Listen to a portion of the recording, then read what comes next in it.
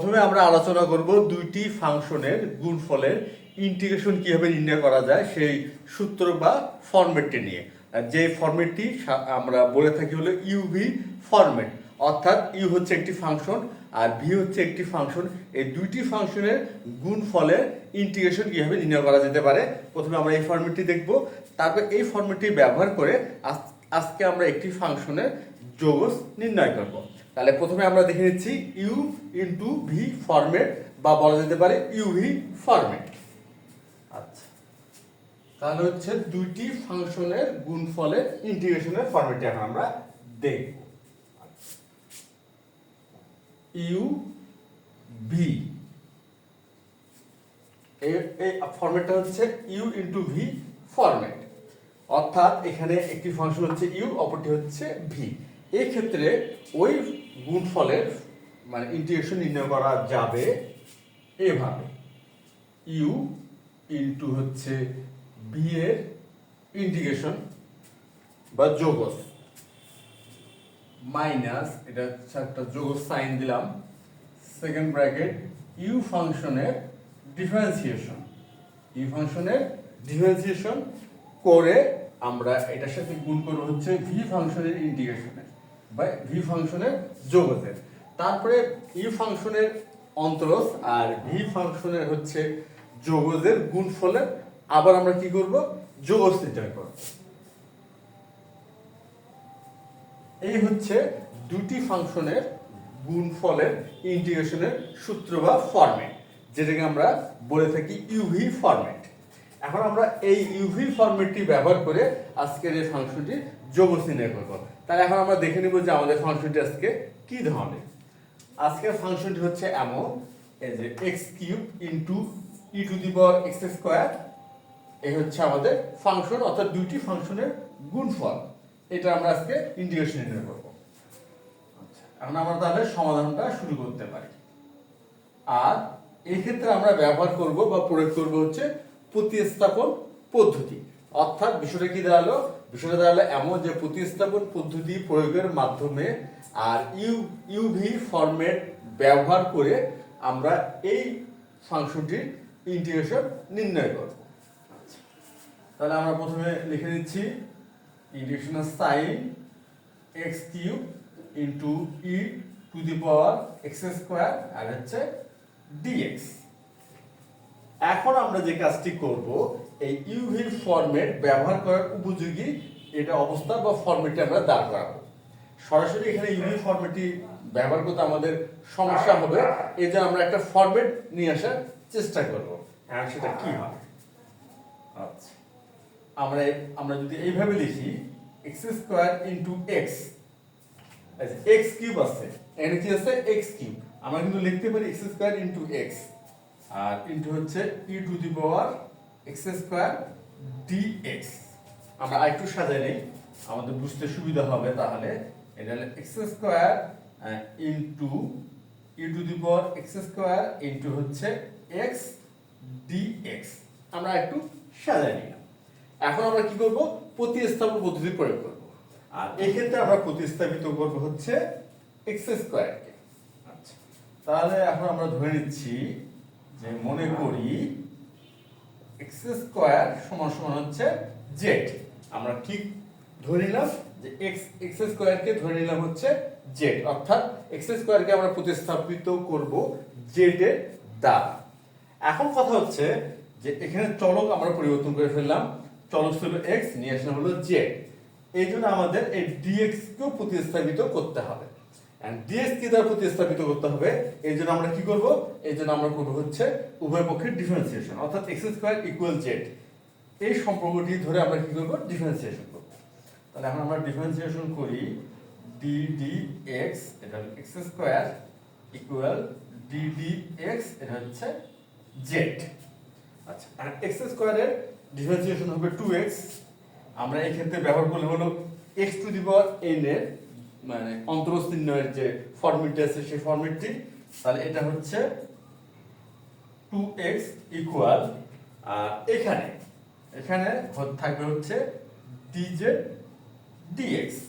তাহলে অতএব x dx equal হচ্ছে 1/2 dz। অর্থাৎ আমরা বলতে পারি যদি x স্কয়ার কে আমরা z দ্বারা প্রতিস্থাপিত করি সেক্ষেত্রে x dx প্রতিস্থাপিত হবে 1/2 dz দ্বারা। এখন আমরা কিন্তু প্রতিস্থাপনের কাজটা করে ফেলতে পারি। এখন ইন্টিগ্রেশন সাইন দিলাম, এই যে x স্কয়ার আমরা এই অবস্থাতে কিন্তু প্রতিস্থাপনের কাজটা করব। x স্কয়ারের স্থলে কি আসবে, z আসবে, তাহলে এখানে z লিখলাম। আর e to the power x square তাহলে হবে e to the power z, আর x dx x dx equal হবে 1/2 dz, তাহলে ইনটু 1/2 dz। এখন কথা হচ্ছে যে 1/2 হচ্ছে ধ্রুবক, এটা আমরা চাইলে ইন্টিগ্রেশনের সাইনের বাম দিকে লিখতে পারবো। আমরা ওটা লিখে ফেলি, তা আমাদের বুঝতে সুবিধা হবে।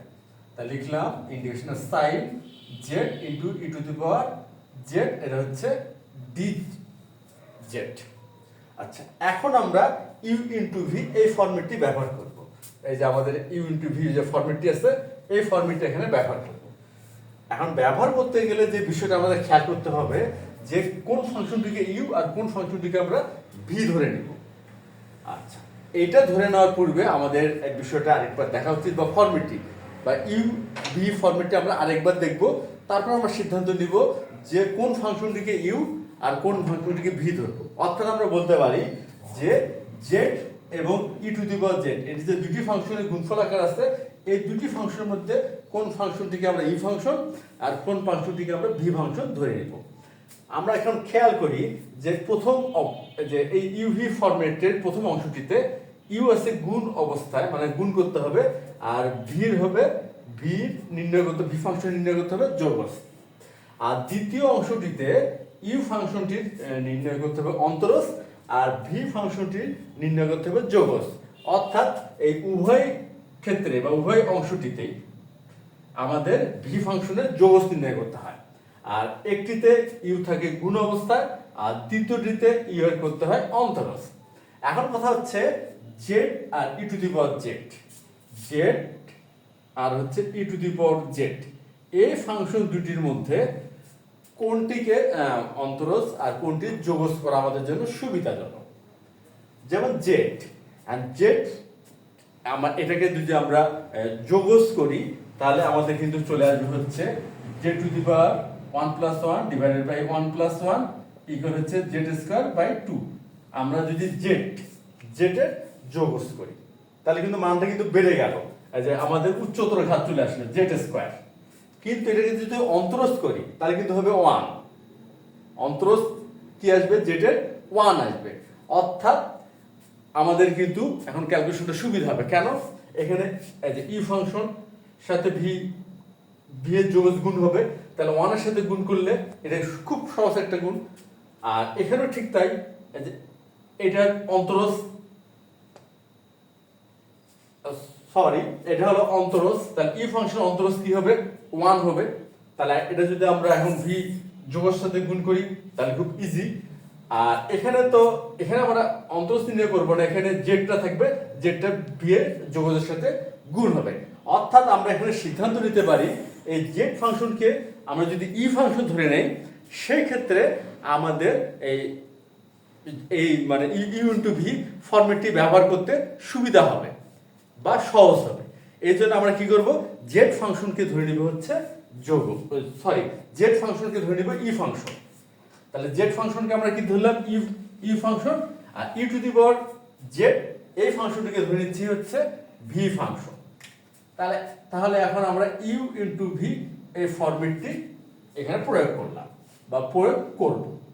তাহলে এখানে হবে Z integration sign as a U into V যোগস, তাহলে ভি হচ্ছে E to the power Z dz minus, আবার ইন্টিগ্রেশনের সাইন সেকেন্ড ব্র্যাকেট ব্যবহার করব, তো D D Z Z Z ফাংশনে আমরা অন্তরজ করব, তারপরে এই অন্তরজের সাথে আমরা গুণ করব হচ্ছে ভি ফাংশনের যোগস, ভি হচ্ছে E to the power Z DZ.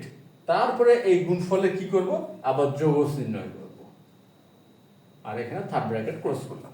Third ব্র্যাকেটটা আমরা এই জন্য এখানে ব্যবহার করলাম যে 1/2 এই পুরো অংশটির সাথে আছে গুণ অবস্থায় ইকুয়াল 1/2। এখন এখানে জেড জেড তো আছে গুণ অবস্থায়, তো জেড জেডই থাকবে। আর E to the power Z এর ইন্টিগ্রেশন কি হবে বা যোগস কি হবে, ই টু দি পাওয়ার জেডই হবে। তাহলে এই ক্ষেত্রে আমরা পাবো Z into E to the power Z minus Z Z এর ডিফারেন্সিয়েশন, জেড কে ডিফারেন্সিয়েশন করলে কি হবে, এটা জেড এর ডিফারেন্সিয়েশন হবে 1। তা সুতরাং এটা 1 হয়ে গেল। আচ্ছা 1 লিখি, বুঝতে সুবিধা হবে। তাহলে 1 ইনটু আর E to the power Z এর ইন্টিগ্রেশন বা যোগফল হবে হচ্ছে E to the power Z. তাহলে এখানে আমরা ই টু দি পাওয়ার জেড লিখবো, আর এর গুণফলের করতে হবে ইন্টিগ্রেশন থার্ড ব্র্যাকেট ক্লোজ করলাম। আচ্ছা এখন 1 এর সাথে ই টু দি পাওয়ার জেড গুণ করলে কি হবে, ই টু দি পাওয়ার জেডই হবে। অর্থাৎ আমরা যদি 1টা না লিখি তাতে কোনো সমস্যা নেই। এখন ই টু দি পাওয়ার এর যোগফল কি হবে, ই টু দি পাওয়ার জেডই হবে। তাহলে ইকুয়াল 1/2 এটা হবে জেড ইনটু হচ্ছে E to the power Z minus E to the power Z plus C. C হচ্ছে ইন্টিগ্রেশনের ধ্রুবক। আমাদের কিন্তু ইন্টিগ্রেশন বা যোগস নির্ণয় মূল কাজটা কিন্তু আমরা করে ফেলছি। এখন আমরা যে কাজটি করব, এই জেড কে প্রতিস্থাপিত করব, কেননা আমরা এক্স স্কয়ার কে প্রতিস্থাপিত করছি জেড দ্বারা, আর আমাদের মূল ফাংশনটি আছে এক্স চলকে। এর জন্য আমরা জেড কে প্রতিস্থাপিত করে লিখব কি এক্স স্কয়ার। যেহেতু এক্স স্কয়ার প্রতিস্থাপিত হচ্ছে জেড দ্বারা, সেহেতু জেড প্রতিস্থাপিত হবে এক্স স্কয়ার দ্বারা। এখন আমরা প্রতিস্থাপনের কাজটা করতে পারি। আচ্ছা তাহলে জেড মানে হবে এক্স স্কয়ার আর E to the power X square minus E to the power X square plus C. এখন আমরা চাইলে E to the power X square কিন্তু কমন নিতে পারি। আচ্ছা যদি আমরা কমন নেই তাহলে হাফ ইনটু হলো E to the power X square, আর কমন নিলে হবে এখানে X square minus 1 plus C. আমাদের যোগফল চিহ্নটা কিন্তু হয়ে গেল। তা আশা করি আজকে এই গাণিতিক সমস্যার সমাধানটি তোমরা সবাই বুঝতে পারছো। তাহলে আজ এ পর্যন্তই। ধন্যবাদ আমাদের সবাইকে।